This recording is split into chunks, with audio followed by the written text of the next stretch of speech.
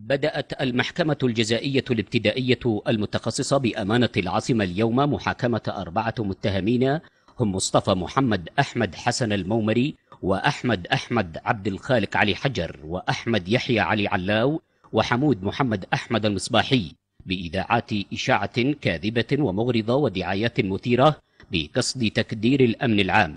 وفي الجلسة التي عقدت برئاسة رئيس المحكمة القاضي يحيى المنصور وحضور عضو النيابة القاضي خالد عمر، تم تلاوة قرار الاتهام وقائمة أدلة الإثبات. أذاعوا أخبارا وبيانات وإشاعات كاذبة ومغرضة ودعايات مثيرة بقصد تكدير الأمن العام وإلحاق الضرر بالمصلحة العامة، وذلك بأن أنشأوا قنوات بأسمائهم في موقع اليوتيوب وأداروها من أمانة العاصمة، وأذاعوا فيها الأخبار والبيانات والإشاعات الكاذبة والمغرضة والمثيرة وعلى نحو مبين بالأوراق.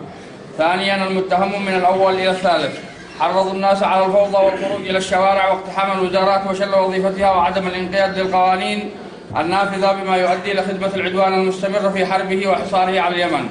فيما وجهت النيابة للمومري تهمة قذف جميع المسؤولين في المؤسسات الحكومية اليمنية، كما وجهت للمتهم الرابع قيامه بمساعدة المتهم الأول في ارتكاب الوقائع السابقة. المتهم الأول قذف جميع المسؤولين في المؤسسات الحكومية اليمنية بأنهم عيال الزنا، وذلك بأن نشر مقطع فيديو في قناته باليوتيوب يتضمن ذلك اللفظ وعلى النحو المبين تفصيلا بالأوراق.